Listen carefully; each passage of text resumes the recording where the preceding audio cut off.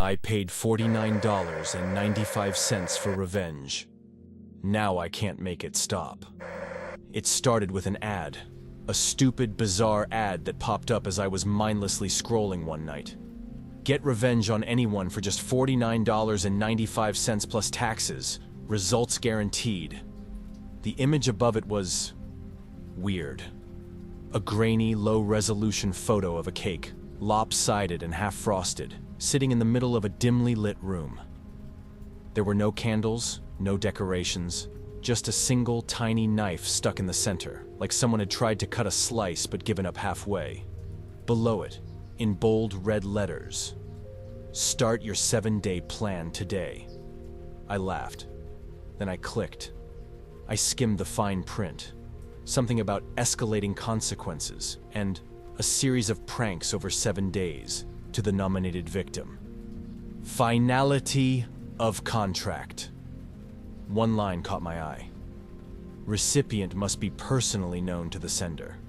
This includes in-person acquaintances, direct online communication, or individuals whose written words the sender has read. Weird wording. But I barely paid attention. When I reached the section where I had to type in a name, I hesitated. It felt childish, but Megan was the obvious choice. Best friend since high school. More like best tormentor. She had spent years making sure I always felt less than. Every insult disguised as a joke. Every eye roll when I spoke. Every time she forgot to invite me somewhere, only to tell me later, "Oh, I just assumed you wouldn't want to come." Still, something about actually typing her name felt final. As if I somehow knew that once I did this, I couldn't go back. I clicked submit. Nothing happened. No confirmation email, no pop-ups, just silence. I rolled my eyes and went to bed, convinced I'd just wasted my money. The next day, Megan fell down a flight of stairs between classes. She broke her wrist and sprained her ankle. I overheard her telling our friend group that she swore someone pushed her, but there was no one there. At first, I laughed it off.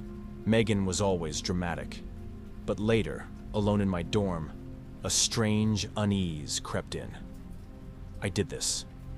Didn't I? Number, of course not. It was just a coincidence. Right? The day after, Megan's car swerved off the road. She said the brakes wouldn't work. The mechanic found nothing wrong. Thankfully, she wasn't seriously hurt, but she was badly shaken. I couldn't shake the heavy, sinking feeling in my gut. This was exactly what the ad promised. By day 3, Megan showed up to class wearing long sleeves. In the middle of a lecture, she pushed them up absent-mindedly, and I saw it. Deep, jagged scratches covering her arms. I couldn't stop staring, like something had clawed her in her sleep. She caught me looking. "I don't know what's happening," she muttered. I think I might be losing my mind." Her voice was different. Small. Scared. I wanted to tell her I was sorry, but I wasn't sure who I'd be apologizing to. Her or myself. Day 4. I passed by her dorm, and the door was open. People were gathered around, whispering. I peeked inside. Liar. Thief. The words were spray-painted across the walls in jagged, erratic lines. Her roommate swore Megan hadn't left her bed all night. The door had been locked from the inside. Day 5. It was during class. Megan coughed, then choked, then vomited. Teeth. Not her own. Her mouth was still full, but these were yellowed, broken, crumbling, like they had been ripped from dozens of different people. She screamed. I nearly did too. That night I sat awake, staring at my laptop, shaking. What the hell had I done? On the 6th day, Megan didn't come to class. When I finally saw her, she was hunched in the common room, rocking back and forth, eyes darting to things no one else could see. Her hair had turned white in patches. She smelled like something rotting. She didn't speak. I don't think she could anymore. Day 7. They found her in the dorm showers, curled in the corner, her mouth locked open in a silent scream. No one could explain how the water had been running hot enough to boil skin from bone. I couldn't breathe. This was my fault. I checked my bank statement, my stomach twisting. The charge from the website was still pending, but now it had a note next to it. Payment in progress.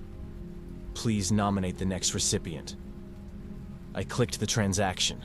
A web page loaded. You must nominate someone. 7 days will begin again. If no name is submitted, the cycle will revert to the original sender. I felt cold all over. Number no. No. I shut my laptop, my heart slamming against my ribs. But the next morning, I woke up with a scratch across my stomach. Not just a scratch. Letters. Tick-tock. It was happening to me. I panicked. I had to pick someone. I wasn't ready to die. Megan wasn't the only one who had made my life hell. What about Olivia? She laughed at Megan's jokes. She made plenty of her own. I typed in Olivia's name. The cycle began again. I watched in horror as Olivia suffered. It started small, like Megan's had. A bad fall, weird scratches. Then it escalated. By day 5, she was pulling long strands of black hair from her throat, sobbing. By day 7, she was gone. But the cycle didn't stop. Another charge appeared on my account. Another demand. Next recipient required. I ran out of mean girls. Then I nominated a professor who humiliated me in front of the whole class. Then a barista who sneered at me when I fumbled my order. Then a roommate from high school. Each time, the cycle restarted. Each time, I had to watch as someone else unraveled. Teeth falling out, fingers bending backwards, rotting smells that clung to them even after they scrubbed their skin raw. Every death felt heavier. Every choice felt worse. And then, I ran out of names. I stared at the empty box on the website. My hands shook. I knew what would happen if I didn't submit a name. The cycle would revert to me. I tried entering celebrities, strangers, politicians. It rejected them. The recipient must be personally known to the sender. This includes in-person acquaintances, direct online communication, or individuals whose written words the sender has read. My breath caught in my throat. There was no one left. And now, it's day 6. I wake up covered in scratches, my reflection whispering things I don't understand. I feel something watching me from the corner of every room. The floorboards creak when no one is there. I know what's waiting for me tomorrow. I have 1 day left. And I have no one else to choose but you.